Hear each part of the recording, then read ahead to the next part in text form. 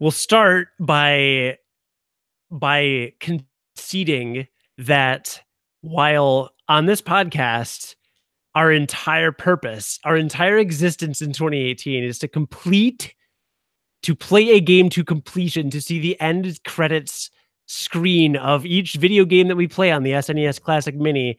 And I'm not going to bury the lead. This week we were tasked with playing one of the most storied and cult classic followed Super Nintendo games of all time. And yet somehow, even though I muscled through Star Fox 2 and Super Castlevania 4, and probably some other games I didn't like that much, I didn't beat EarthBound. You failed on pretty much every front with this game. Yeah. By the way, this is Jonathan Martin, one of the co-hosts of Game Life Balance. One of the two co-hosts. The better co-host of Game Life Balance US. One of the two better co-hosts. One of the two better co-hosts, along with Cody Goff, my partner in crime here, who not only did you not complete this game, but we had an extra 2 weeks. We did. We had an extra 2 weeks. You had 2 extra weeks to complete this game. And I will say, I completed this game start to finish.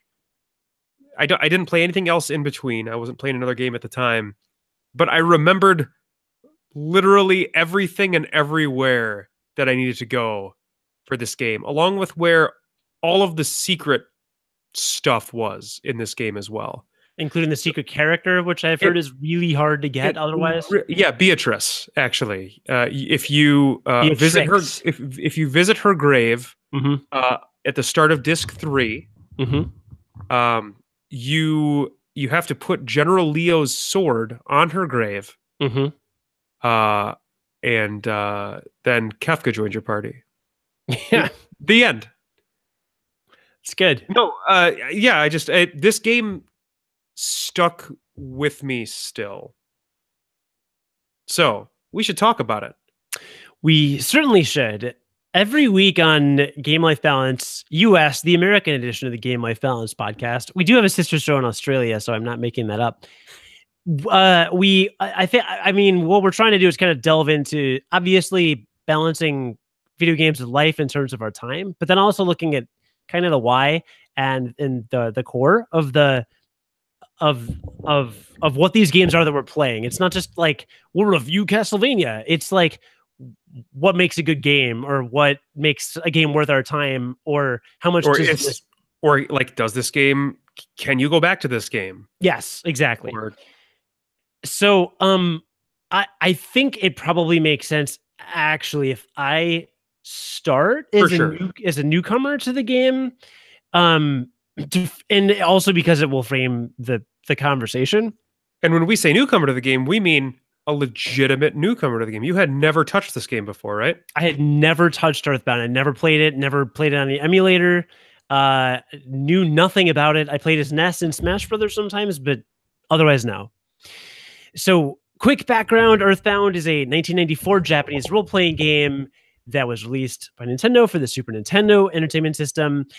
And here is what I observed and what is really the big deal with this game. So this game has a massive cult following. It was one of the most wanted games by gamers for Nintendo to put on their virtual console and create new editions and remake and create sequels to. Like, I mean, the Mother series has an insane fan base, and EarthBound just has this crazy fan base in the US. So I started playing the game, and it was almost immediately apparent why.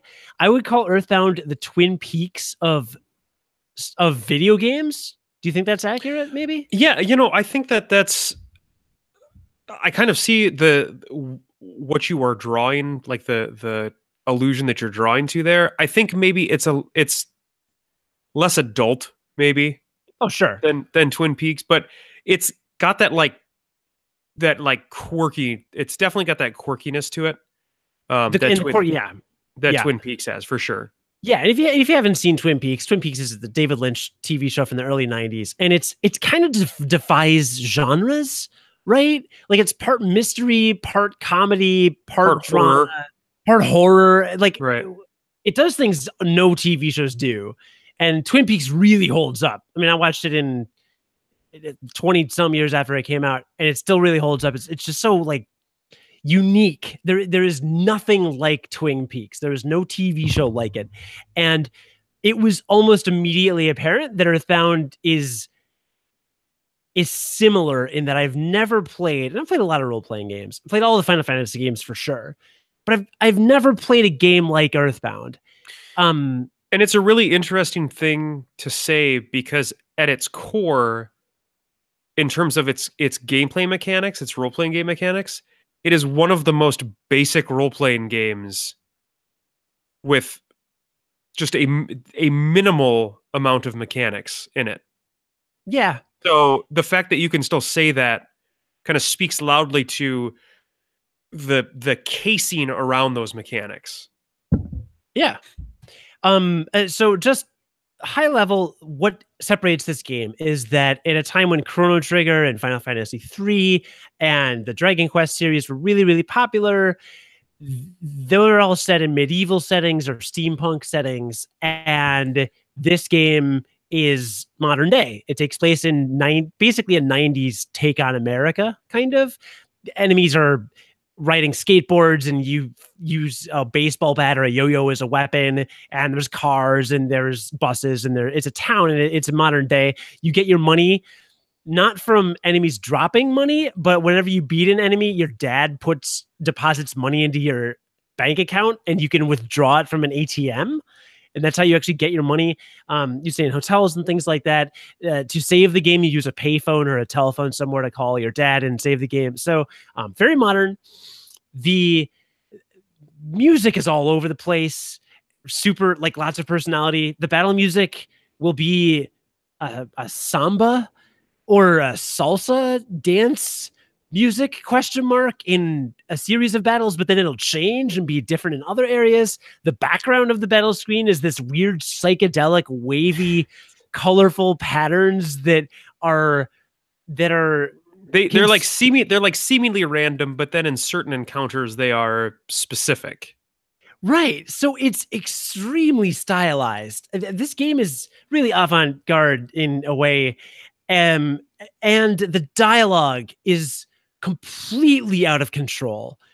Like, it's just the best. So a couple of notes before you go further on that. So this game came out in America in '94, which is the tail end of the Super Nintendo's lifespan. And the premier role-playing game company that basically published all of the role-playing games at that time was Squaresoft. And Squaresoft was using a philosophy of pushing the envelope in terms of graphics, in terms of gameplay mechanics. And they weren't, their stories were, I would call them kind of like solid stories, albeit maybe a little rote, right? In terms of just like your generic fantasy type stories. And they didn't pay a lot of attention to localization. Localization referring to taking something from one language along with the cultural touchstones of something being made in that language. We talk about this in video games a lot because when a game is made in Japan, there's a lot of things different with Japanese culture, and those things just don't. If you were to like to do a direct translation of this game, it would probably not make a lot of sense because there's probably a lot of weird like Japanese culture in here that we wouldn't understand as Americans, right? Right. Weird is the wrong word for that, but you understand what I'm saying. So Squaresoft was not really focused so much on localization. They did a good job with it, and their games were serviceable in terms of their dialogue and in terms of their stories, but nobody's really looking at Squaresoft games of this time and being like, oh my gosh, that story, and oh, I remember that character in this game. And like generally I don't think people were coming to Squaresoft games for those. EarthBound emphasized that localization process more than any other game that I think I can remember. Because like you said, there is nothing like what you find with the dialogue of some of these characters in this game. And some of the subtlety of the humor in this game that was obviously done with just such craftsmanship and care it can't be like, I can't overstate that. It is there is some really like witty stuff in this game. It's really good. Yeah. Yeah, and you're right. It can't be understated because I legitimately wanted to walk around and talk to every person in this game. I was just walking in a hotel where you can do various things, and there's a character that just like they'll have so you'll talk to like a talking dog, and the talking dog will be like, "Wait, why am I talking? I'm a dog. I'm not supposed to be able to talk." Well, anyway, I'm going to talk anyway now. It's very it breaks the fourth wall and weaves in and out of its own narrative. And then there are things that just don't make any sense, which will resonate with the Twin Peak fans out there, right? Like there's There's just a lot of non sequiturs all over the place. everywhere. So you'll be walking, and then suddenly you'll stop, and you're not moving. And I'm like, what happened? The music will change, and this guy in a business suit will just spin. So he falls from the sky, literally just drops in from the heavens, spinning the entire time, lands, insists that he takes your picture and tells you to say fuzzy pickles. And then he leaves. And I didn't complete the game, so I don't know if there's any kind of payoff at any point. But even if there is, like that's so random. There's and out of nowhere, and there's no context given to so much of that. But all the characters just seem so they're characters, you know what I mean? Like they're NPCs, non-playable character. It's kind of a blanket term for just a piece of furniture that adds flavor to a game, let's say, or an environment. Basically, anybody that's not controlled by you is right. You know, in the Final Fantasy series, you walk around, they'll say something like, "Boy, the imps sure are angry today," or something like minor world building, right? Maybe a little bit of quirkiness, especially in the Super Nintendo era and even in the PlayStation era. But this game, it's all over the place. They're talking about the gameplay. They're talking about I think there's a character that talks about how you're playing a Super Nintendo game.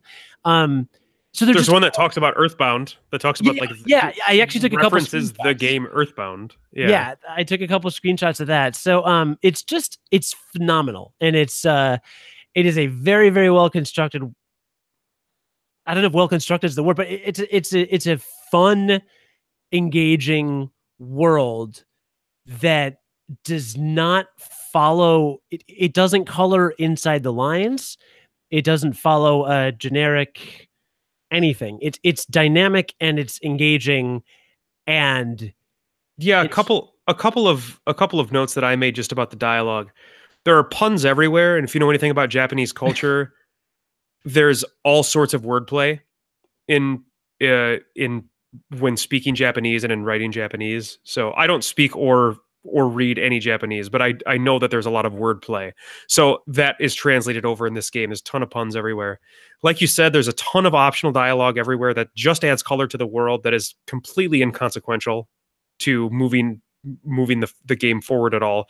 And a lot of times doesn't get you anything. Like there's like no optional content in this game. There's no side quests, literally none in this entire game. Wow. I wrote that the game uses 4 sentences to say what you could with 1, which could easily be considered a negative, I think, in a lot of other respects. But the localization is just so good, and there's not enough dialogue that it is that imposing to do that. But there are plenty of times where like people just don't shut up, and it's purposeful. It's purposeful because they make it funny when like some of these people won't shut up. So it's done really well. And then there's plenty of fourth wall breaking, like you said. So it's and you talked about like it's kind of like an Americana, right? Like in terms of the world that it's building, but it's a weird Americana that is very obviously not written by like a stereotypical American. And the first example of what I'm talking about that comes to mind is in the first city that you're in. It's called On It. And when you're moving on to the next city, which is Tucson, you have to fight the police. And the police talk about how they're gonna like beat up a little kid, and they make jokes about it in a way that, looking like when I was reading it again, you know, considering the the landscape of the world now, of the United States now, like reading that, it's like this is a little uncomfortable, and it's a little like on the nose for a game made in '94. Like you wouldn't have seen something like that by an American company at the time. Oh yeah, There I get what wouldn't you're be that saying. there wouldn't be that kind of criticism of like any kind of armed forces, right, in a video game. They wouldn't they wouldn't make that joke. But because this is a Japanese company basically writing about an American city, they made that joke.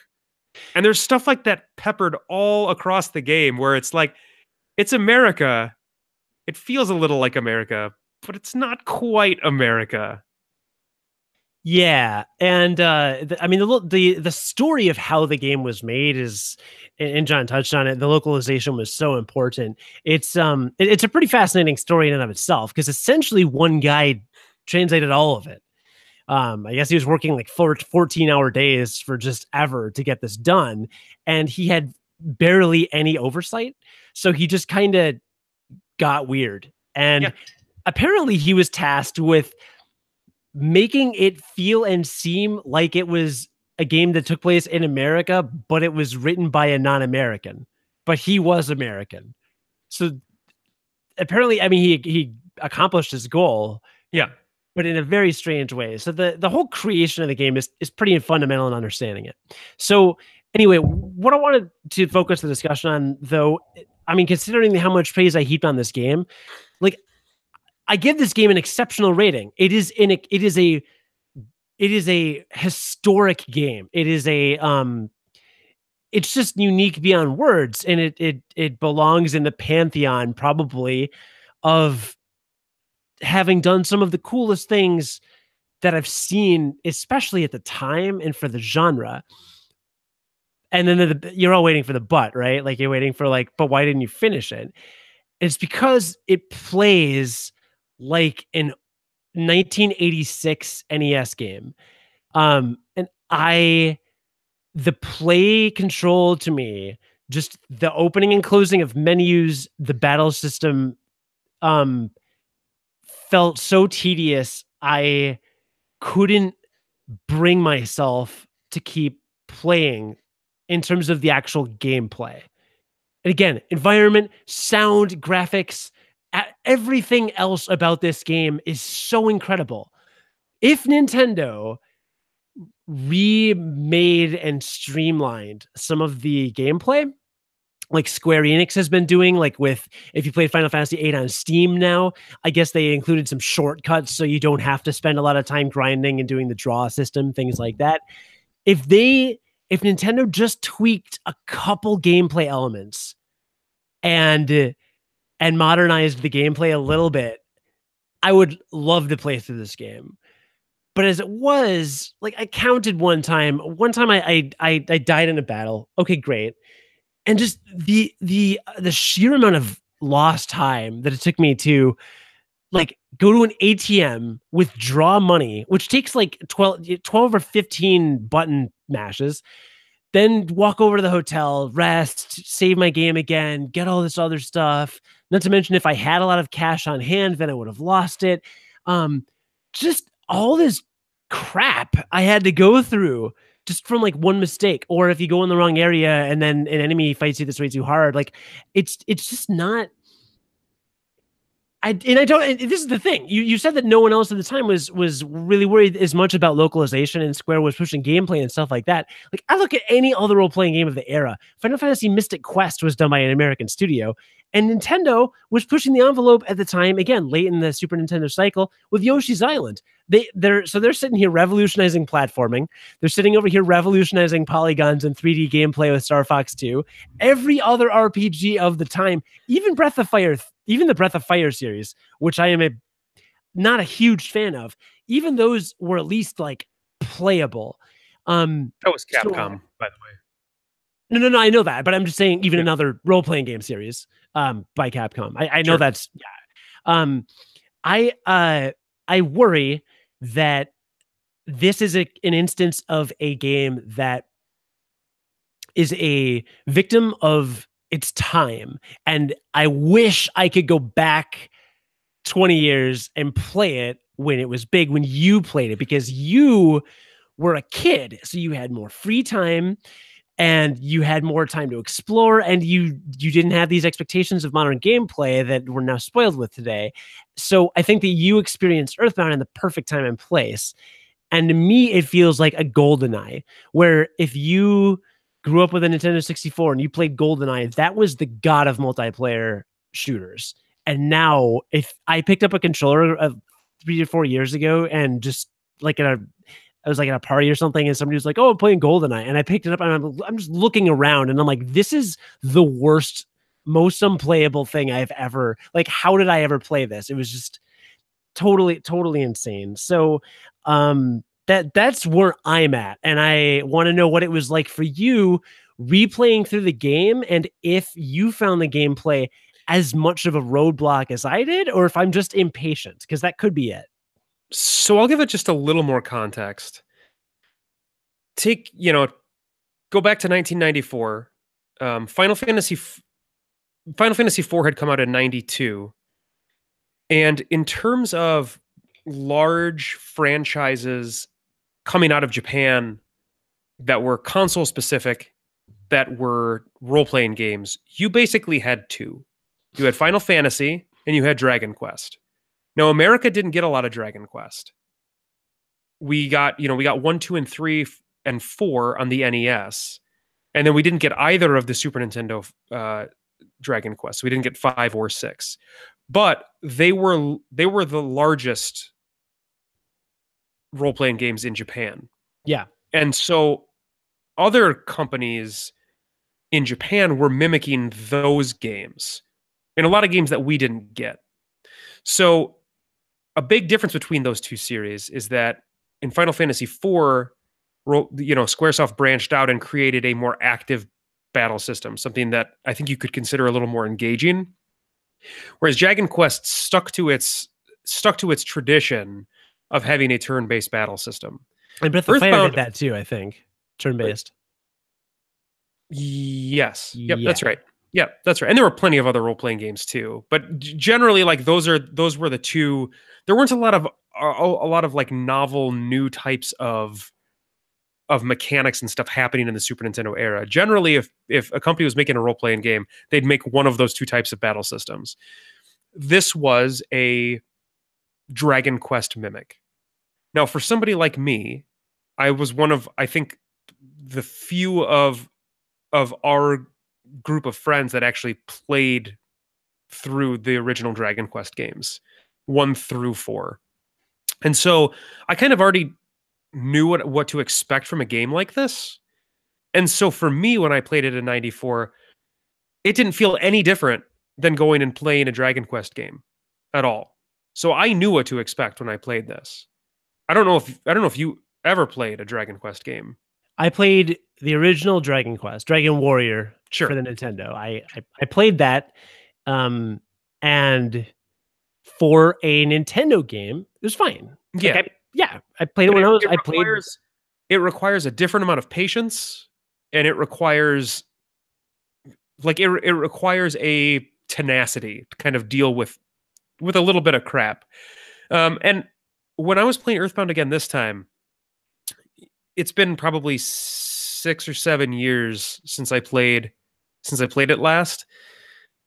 I realized that there came a point in the game where I wasn't changing anything about the way that I was approaching every single battle. They were all the same. And it was about 2/3 of the way through the game. And I realized that it was going to be a slog for the rest of the game. It really was. And that was just a sheer based on the design of the game, based on the way the power curve worked. Like, I was just incredibly powerful at one point. Jeff, one of the characters who's kind of like a nerd in the game, he gets items that he can use that are specific to his character. And he eventually gets this item that's a bazooka that does a ton of damage to one enemy and then the adjacent enemies as well. So he was just, he was destroying everything. And it was just, it got boring about 2/3 of the way through. I also knew obviously where to go and everything in the game too. So that kind of took away some of that wonder. And the game also loses steam in terms of how much dialogue and kind of fun stuff there is as the game goes on as well. Mm. Um, so looking back on it, playing through it again, I didn't have the same like my love of this game was definitely driven a lot by nostalgia for the game for sure. Like I have no problem admitting that. But I still went out of my way to like talk to every single NPC, every single one of them that I could, just to get that the color dialogue that I may have forgotten, or maybe had never seen before, you know. So I still really, really enjoyed doing that. Let me bring up one thing that you said you remembered where to go. And I think that's what made it hard for me to do what you did, right? Because all right, I'll talk to this guy, this guy, this Yeah. guy, and then I'll end up here and leave the town. My problem was if I kind of talked to everybody and I'm like, okay, that was fun, but then I got lost. And then I end up having to talk to more people. And you don't get sprint shoes in this game. You can't zip around. The bicycle's a little awkward because you've got to open up like 7 dialogue boxes or inventory management to even write it. So that's what I think. That's another benefit that I think that you have that allowed you to enjoy that. Because if I'm lost or I'm frustrated and I don't know where to go, that impedes the experience of reading this insane, brilliant dialogue that I'm totally into. A little more context for the listener. When this game came out in America, it came out in this box, like the actual game box itself, when you were going through the store to buy this game, was outrageously large. It was about 4 times the size of a regular game cartridge box. And so you looked at it, if you didn't know anything about it, you'd be like, what the hell is this giant video game?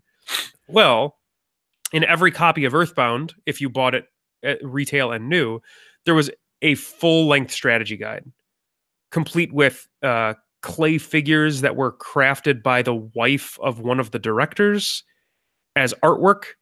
There was some scratch and sniff stuff in there, some there's some really cool stuff that came with just the base game. The game also costing $90 if you were to buy it new at the time. But yeah, so like it kind of knew that you were going to need help knowing where to go. So it gave you an entire strategy guide for that. And if you didn't have that context, like if you didn't have that guide the first time you were playing through this game, the game is pretty obtuse in some parts for sure. So I can see getting lost being a problem. Yeah, and again, if I was you had the strategy guide when you played it the first time then, right? Yeah. Yep. So, and of course I have the internet. Like, yeah, I can look this stuff up. But there's still a difference between following a guide and knowing. You know what I mean? Yeah, for sure. Just because, yeah, on paper something may seem straightforward and then it's not, or you've got the random encounters to deal with. And they can't document every possible thing that's going to happen. So I did refer to it, and I didn't even have a problem with that. I don't even want to call that a major weakness of the game, because that was kind of par for the course in that era, right? Yeah. Especially with the Nintendo Entertainment System. I mean, dear God, the original Metroid, like, yeah. I mean, games were far more obtuse before. That was for different reasons, though. There just wasn't enough room on the game to put more clarity there. There were probably some games that, I don't know. I mean, Castlevania 2, having to kneel and next to a wall, sure. Stuff like that. I mean, yes, some of it's technical limitations, but I just think that game design, like Fez, the director of Fez, when he released it, kind of designed it specifically to be, it's kind of nostalgic because you kind of need some graph paper or a pen and paper to take notes and go back and backtrack and check these things. And that is the way that I think some of it was intentional. But anyway, it wasn't necessarily a weakness of these games. It was just kind of the way it was. And sometimes intentional, sometimes maybe not as much, more incidental from technology or whatever. But this wasn't, it's not like EarthBound is, oh my God, like, how could I ever beat a game like this? Like, no, it's about as obtuse as anything else. And if you do really pay attention, you can pick up on the clues and you'll know where to go. It's just that as an adult, and enter game life balance, everybody, as an adult, I just don't have the luxury of time to wander around and to deal with these mundane battles where 80% of your attacks miss. That's the item that you have equipped. You told me generally. that. You told me that in the chat on Twitch when I was streaming, but I still insist you should not miss as much. Like, that's the thing. If I'm going to do some mindless battles, that's fine. But if there were battles I missed like 5 times in a row, and it's like, oh my God, I'm going to die against a slime equivalent because I like missing. So, that notwithstanding, let's just say I had the wrong item equipped. I'm not going to say this game is bad, really, like, at all. I just think I missed the boat in terms of when and where I could have enjoyed it the most. And that's a bummer to me because I see it's a freaking brilliant game. I'm not like, I have nothing bad to say it other than the gameplay is just antiquated. It's tedious. If Nintendo, and Nintendo has been so reticent to, they've been so reluctant to give this series anything. You know what I mean? They didn't release it on Virtual Console till 2013. Yes. So, and there's some other, and I'll talk about this in just a little bit. There's some other legal stuff with this game, and that's part of the reason why. A couple of other hoops that they had to jump through. I've read that the copyright stuff was a rumor, and Nintendo officially said that that's not what was actually stopping it from coming over. Okay. According to Wikipedia, I don't know. I read the Wikipedia page thoroughly before this. Sure. Before our conversation. But I did hear that as well, because you were going to say that some of the music sounds like it's copyrighted music and they might be in legal trouble. Yeah. Well, more just that they didn't even want to approach the possibility of having to deal with that, because they didn't think that they would like sell enough to make it worth their while if they did have to do anything legal regarding the sound. Yeah, sure. Yeah, I would hesitate to say that this game just can't be enjoyed anymore if you've never played it, which is not what you're saying. But I would hesitate to say that that you couldn't do it. I think if you approach it with the mind of, okay, this is an old school role-playing game, right? This is an old school turn-based role-playing game that is going to take a significant amount of time, but has a payoff there with this weird charm and this weird dialogue that is funny and touching, and just it covers all the bases, but you realize that it's wrapped in this kind of, again, like you had said, antiquated gameplay wrapper. If you can approach it like that, I think there is a lot of enjoyment to have in this game. I really do. I think so too. And listen, my wife, Casey, bar none, absolute favorite game of hers that I have played. She was legitimately into it. Yeah. Just from even the camera guy dropping down, she watched, I've been trying to stream the first little bit of each of these games. She did not at any point indicate she wanted to stop. I mean, I think we streamed for 2 hours or something. And then at some point I got to a more dungeony part with lots of battles, and it got, for a casual viewer, it's not as great, but the dialogue and the story, she was like, this is incredible. I love this. Why can't all the games be like this?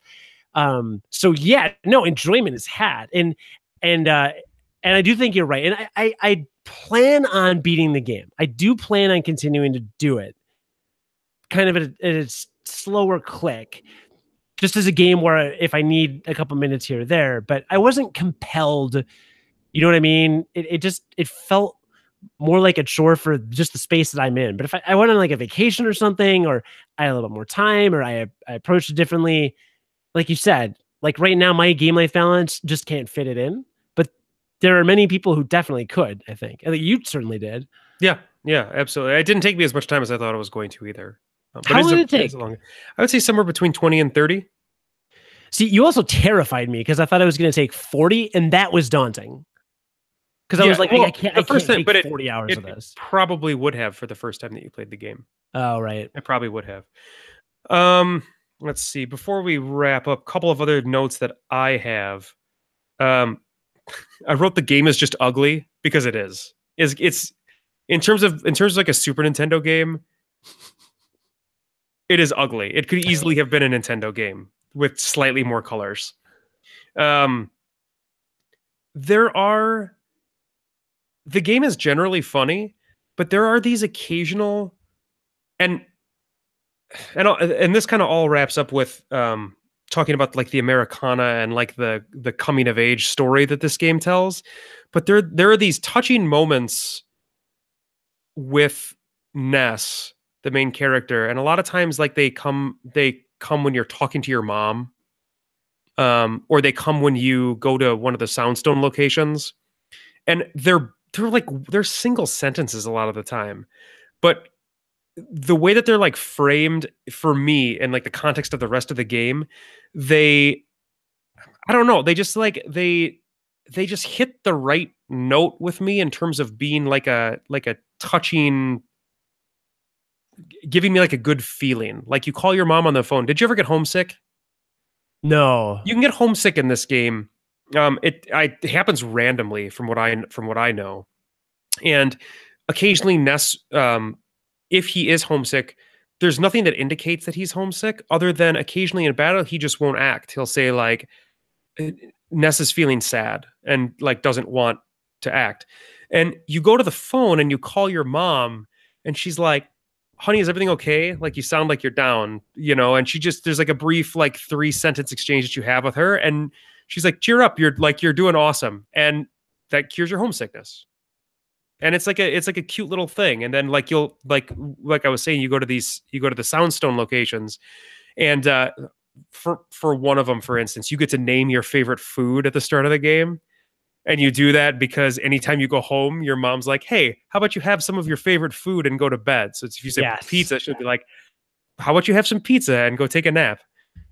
You like go to this Soundstone location. It's like Ness caught a whiff of pizza, if only just for a second. And then you like move on with your game. Or Ness had a vision of a baby in a bassinet wearing a hat, wearing a red baseball cap or something like that. And there are little moments like that. And it's not just at those locations, but they're kind of all over the place. And so it's got this, and you kind of never know when those are going to come up either. And so they kind of catch you off guard, which I really loved them. There's a lot of and you didn't get to see a lot of it, which is a shame. How far did you get? Threed? Did you make it to Threed? I think so. That'd be the third town with the zombies. It was after I got Jeff. Yeah, so you were in Threed then. Yeah. You were in Threed when you get Jeff. There's a lot of cultural references in this game that are awesome, like the Runaway Five being the Blues Brothers. I loved the Runaway Five. There's that kind of stuff is so good, and they come up in the game like 4 other times too. They're like instrumental in you completing the game in a variety of ways. Yeah, they're just great. There's stuff like that all over the place too. That I really like. The ending had an epilogue on it that you wouldn't have seen, but you basically finish the game and then you drop the characters off, your friends off where they need to go. And then you go home and your mom's like, hey, go like say bye to everybody before you finish the game. And you can go around the entire world and there's new dialogue options everywhere for everybody. There's no more battles or anything. It's literally just for adding color and context to the world. Wow. It's a super cool thing. It's a super cool part of the game. And if you get there, I hope you take advantage of that if you end up playing the game, because there's some great stuff in the epilogue as well. And then the last thing I want to say is so it's important to note that this is a contemporary game. This game takes place in a contemporary time. It could be any of our childhoods from when we were, I think Ness is around 7 or 8 in this game. Wow. Yeah. I mean, there's like your parents are just like, well, you're going to be a hero, honey, at the start of the game. So like go off and save the world. Right. And I think that's literally what your mom says to you when you leave. She's like, Yeah. I know you're just going to do great. You were like destined for great things. And I think because it's a contemporary game, there's this progression and there's like a feeling like when I was 7, I would have pretended to go on this kind of grand adventure. Like there's a feeling for me when I play this game, and it's because of its setting. It's because of the main character being like an 8-year-old boy that like brings me back in a way. And you're a silent protagonist in this game. Ness doesn't ever say anything, but people but Ness still has character. They still manage to give him character by how other people respond to him.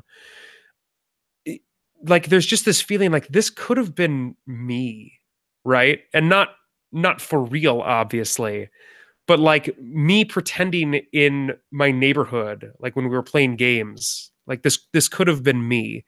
And it also reminds me of a story that I read when I was younger by Stephen King called The Talisman, which was about a young boy who journeys across the country in an alternate dimension, like going between an alternate dimension of America and America as he travels across the country to reach this talisman because his mom is dying of cancer and he has to reach the talisman and bring it back to her to save her life. And it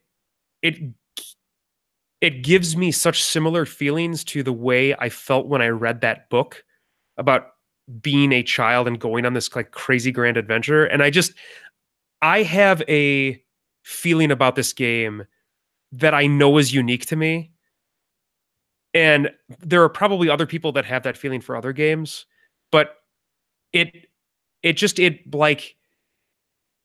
brings me back to childhood in a way that I don't think there's any other game that has that ability to do for me. And it's because of the setting of it and the context I have of that story, that book, Talisman, that I read, and like feeling like there's such a similar thing in my mind and kind of like merging those two concepts together. And I just like, I don't think I can do a better job of explaining it, but there's just like, it is so nostalgic for me. And it is nostalgic, not just because of the way I feel when like I'm playing the game as a video game, but it just reminds me of my own childhood so much. And it just brings me back to my own childhood. And it's such a crazy feeling. And it's every time I play this game, it's every time. Well, the fan base for this game is rabid. So you can't, I mean, clearly it's resonating in some way with other people the way that it's resonating with you. Yeah, maybe. Maybe not the same way or the same reason, but yeah. But they're pretty notorious for just, I mean, people have, and this is one of those games I feel like people talk about more than they've even played. You know, I feel like there's a lot of people out there that are just really into the idea of EarthBound because they know that the people who actually played through it are so into it. Like everyone I've talked to that's played it is like, oh, it's one of the best games of all time. So I just by default, I'm sure I've said in the past, man, I wish Nintendo would bring EarthBound back or make an EarthBound sequel or something, just because there's so much hype about it. I don't think that we ever got anything like it again. I don't think there was any, maybe Mother 3, which we never got here in America, but I don't think there was ever anything with, there are humorous games and there are serious games and there are sad games. But the balance that this strikes between all of those different genres and all of those concepts, like you said, it kind of like transcends any standard theme of a role-playing game. Yeah. It's such like a weird, different amalgamation of all these things. And that's why I think I don't think there's a better comparison than Twin Peaks, because that's what that is. You can't box it into a genre or one particular thing. And there's so much just crap that happens that doesn't seem to follow any logic. and probably doesn't. It doesn't. There's a lot of stuff that doesn't. That doesn't make any sense. It's just there. Does Fuzzy Pickles ever mean anything? So that is one of the best moments of the entire game when you're done with your epilogue and you go home and you say, "All right, mom, like I'm ready to turn in," and she's like, "Hey, go have some of your favorite food and go to bed." Oh, and by the way, one of your friends dropped off a photo album for you. All of the photos in the game that he takes pan across the screen one at a time while the credits roll, while a version of the Soundstone theme plays in the background, like a more orchestrated version of the whole Soundstone melody. And Wow. it's wonderful. It's a wonderful end to the game. It really is. But this is just a guy that just spins in the air and lands. No, your mom says he's a friend of yours. He's probably a creeper, actually, is what he is. But and that's the thing, is it does feel like every line is if you were just playing with people. And to your point about the parents, I do think I was really struck by a lot of that dialogue at the beginning, because a lot of it was just, oh, you're gonna go save the world now, go get in your spaceship or whatever. And the cops are saying things like, everyone is saying something so outrageous. Yeah. That you wouldn't say it to a child, right? I mean, no one would say it to anybody, but exactly. I know exactly what you're talking about. So, the only final thing I want to offer is that I think perhaps, and I'll experiment with this, I think perhaps the perfect solution for someone who doesn't want to struggle through the gameplay, I think could be Let's Play videos. And I think that this is perhaps an example of the type of game that is just going to really thrive in the Let's Play community, because then I don't have to worry about the mechanics. And if it's well edited, and if some commentator isn't screaming idiocy over the entire game, and they're just kind of taking their time and chilling out and not getting in too many battles, and I can have it on the background or something and checking in and out, I think it'll be really great.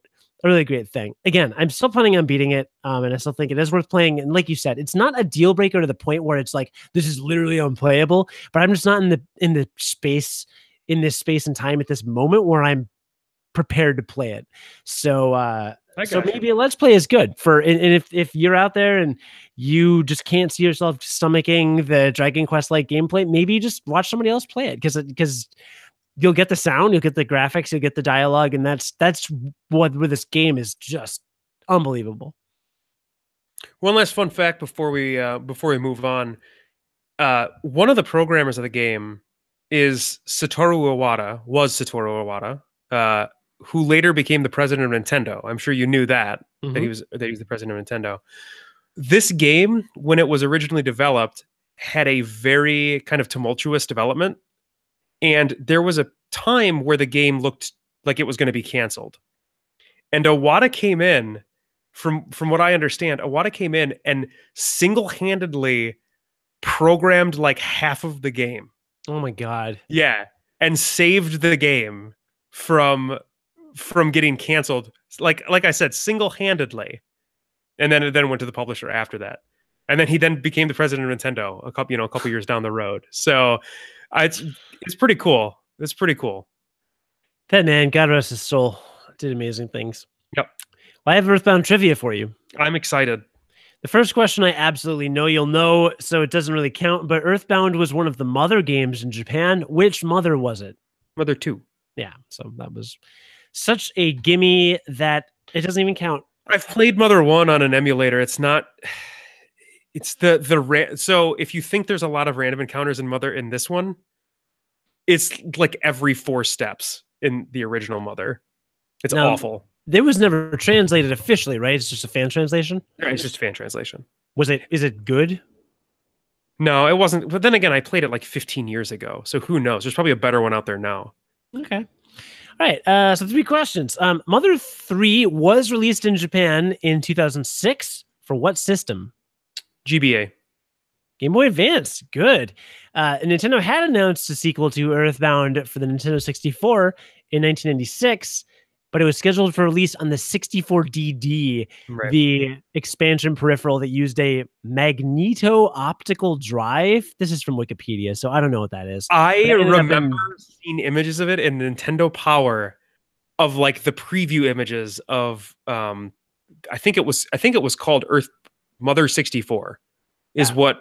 what that like title was. And I remember seeing images and be like, oh my God, there's going to be an EarthBound on the Nintendo 64. It's going to be the only role-playing game because there weren't any role-playing games on the Nintendo 64. But Mother 64 is going to be the only role-playing game. And then they scrapped, back then there was no internet to tell you what was going on with stuff, but it just you never heard about it again after that magazine. Yeah. Sad. Very sad.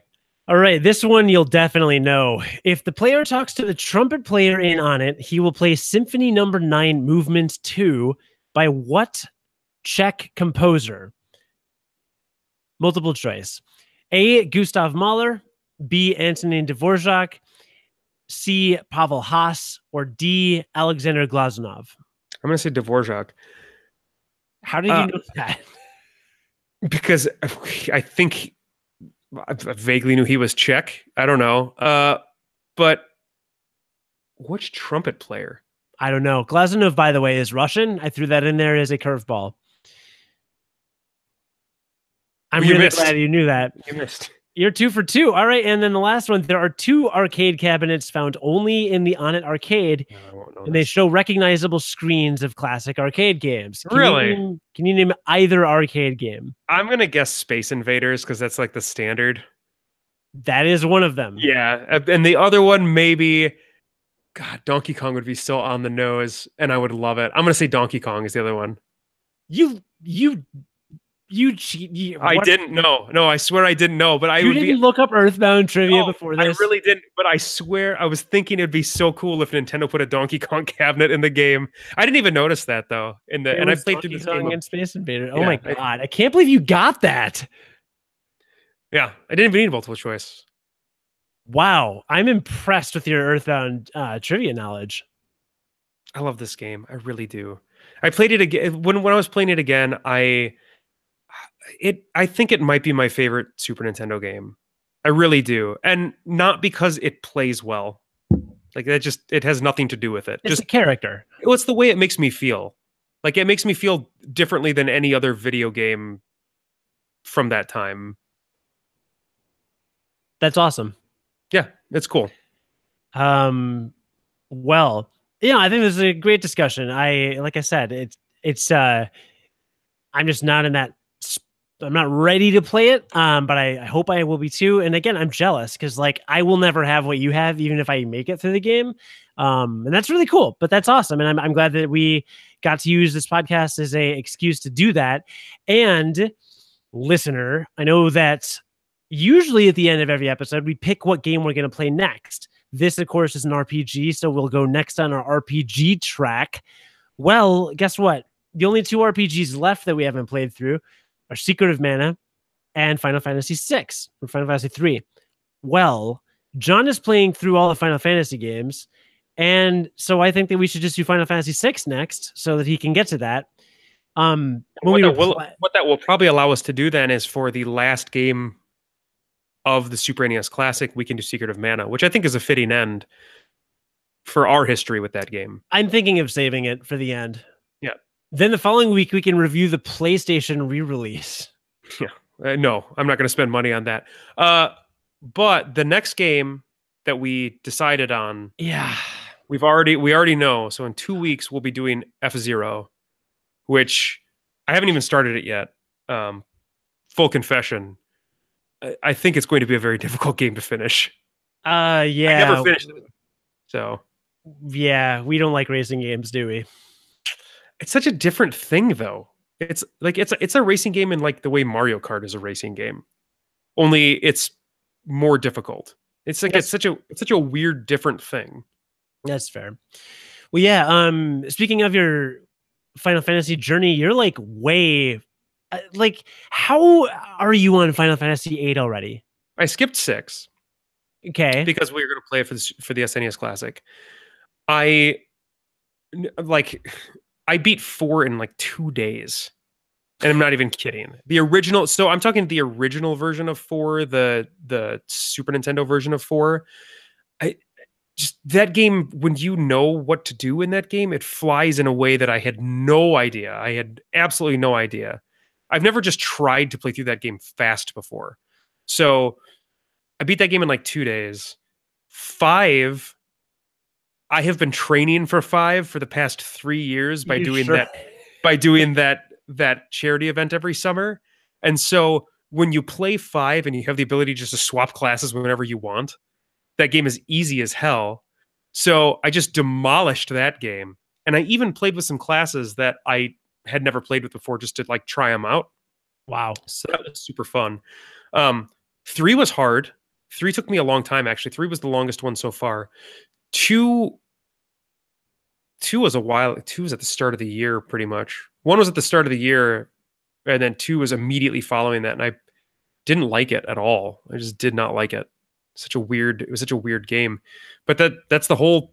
Oh, and in 7's case, I had just played through it like 8 months ago, so I kind of gave myself some leeway. I had a save about halfway into the game. It was well beyond Midgar, probably at the end of disc 1-ish area in like the PlayStation version.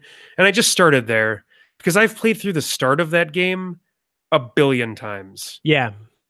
But like I kind of didn't want to play through the start of it again since I just done it so recently. So That's fair. yeah, and then now I'm playing 8, and I haven't had a chance to talk about it at all. But I hated that game when I was a kid. I remember really disliking it. I'm playing through it again, and there's some crap about it that's really dumb. Like the draw system's awful. It's a bad system. I still consider it a bad system. But there's a lot of stuff in that game that is really cool. Yeah. Really cool. The environments and like the towns and stuff are really cool. So I don't remember any of it. It's like playing a brand new Final Fantasy game to me. So I don't remember anything about that game. All right. Well, I'm glad you can get a start on 6. I'll do that as well. Man, is that all you're playing? Sucks. Yeah, that's all I've been playing. That and Heroes of the Storm every once in a while. Yeah, I'm Heroes of the Storming once in a while. I'm still terrible at it. Why did you re-sign up for Final Fantasy 14? What are you doing to yourself? I never let my subscription lapse. I just didn't. Okay. I just didn't really play for like 3 months. But Sure. I don't know. Well, I never finished Stormblood, which is the newest expansion. Right. And I felt I really want to finish the story. And I played FF14 for the story. And I actually was thinking about EarthBound a lot when I played 14, because to me, Final Fantasy 14 is immersive world and dialogue and world building and characters and just everything about it. The way it's written, it's like poetry to me. Like it's the most beautiful game. It is probably my favorite video game of all time. That said, I recognize a lot of people just can't stand MMOs at all. They just don't want to touch them with a 10-foot pole. And lots of people will never play Final Fantasy 14 or really get to experience any of it because they just can't handle the MMO. And it made me think of EarthBound, because I'm like, some people just aren't going to be able to handle this 8-bit playstyle, and they're just never going to experience this awesome world and this really cool story. So with that said, like, I'm not going to judge other people that don't want to play Final Fantasy 14, even though in my opinion, it's everything about it is amazing for me. So don't judge me for, not being Earthbound, but that's all. But yeah, I'm back into FF14 and looking forward to playing F-Zero. Yeah, we both are. We have a lot of other stuff to catch up on and talk about too. It's a shame we don't have an opportunity to like record an extra episode or anything like that. Is something wrong with your eye? Is there something in your eye? Yeah. Get it out of your eye. It's Destiny. That's really... Wait, we're doing a Destiny episode? No, I don't even know what that is. It's a video game. I know that. You just said you didn't know what it was. Well, you told me, so now I do. Hey, let's wrap it up, huh? Let's talk about the Gonna Geek Network, which we're on, just like Game Life Balance Australia. Welcome, Game Life Balance Australia. Where are you on the sheet? Let's see. This week they're not on the promo sheet. You hacks. No, they're not on the promo sheet because they're too lazy to write a promo, right? That's got to be what it is. Man, have you been listening to them lately? No, I haven't. I know. They know that too. Every episode they make fun of you and then say, I'm pretty sure he doesn't listen. Every time they like every episode at least 3 times. The current debate. You know what? I'll just do a promo off the cuff. On this episode of Game Life Balance, because I listen to all their episodes. Sure, yeah. On this episode of Game Life Balance Australia, Australia might Rob and AC review Wii Sports. It was actually a pretty good episode. I like the way that they do their thing.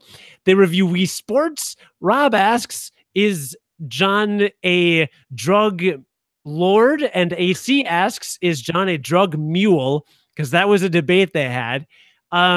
They also talk some crap about Cody, threatened to take the brand for themselves, which will never happen, and create much more self-deprecating humor about how terrible the Gonna Geek Network is now that they're there to besmirch the network.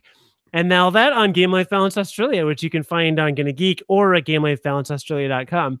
And on, in terms of real promos, on the official Gonna Geek show, which took a week off last week, so you've got time to catch up on them. Gonna Geek 233, going to talk about drones. In this week's episode of the official GonnaGeek.com show, the crew discusses how there may be an iPhone X color variant coming soon, and how there was a flat earther that lodged themselves a rocket. 2 weeks? This is really old. This is like ancient. God. Plus, Stargate Pioneer shows all of his recent drone experience highlights and lowlights. Hint, it involves power lines and an emergency button press. Check it out at geeks.link/233. That's exciting. Drones kind of scare me because it seems like there's plenty of horror stories about buying like a $200 drone and then just immediately driving it into a tree, just completely destroying it. So... just like we completely destroyed your expectations about EarthBound on this episode. Really well done. I guess I'm here to say thank you very much for listening to the Game Life Balance US podcast, the American edition of the Game Life Balance podcast. Please like, share, and subscribe if you enjoyed this episode, and leave us a review if you really want to make our day. You can find us on the Gonna Geek Network at GonnaGeek.com or on WGNRadio.com. Learn more about Game Life Balance. You say that like with contempt, or on WGNRadio.com. Well, I have to, when I say it, it like gets stuck in my mouth. It's one of those things where I have a hard time saying it. So I just kind of like try to get through it. I don't know how to describe it. It's just, it kind of like all runs together, and I just did describe it poorly. Even when I try to enunciate it, then it just sounds more awkward. So I just kind of get through it. It's WGNRadio.com. Learn more about Game Life Balance, including contact information and links to our sister show in Australia at GameLifeBalance.us. And it would be remiss if we didn't say that you should check out the Curiosity podcast, which is Cody's daytime job. He just interviewed Geordie LaForge. It's not his real name. He interviewed LeVar Burton, though, which is pretty incredible. So, and it's a fantastic interview. So if you have the like search in your favored web browser, you could use Google or Alta Vista or even Ask Jeeves, and you could look for the Curiosity podcast, and you should look for the LeVar Burton episode because it's fantastic. Thank you so much. I really appreciate that. That was like EarthBound. That was an unexpectedly tender moment. Cody was the worst part of that show. There it is.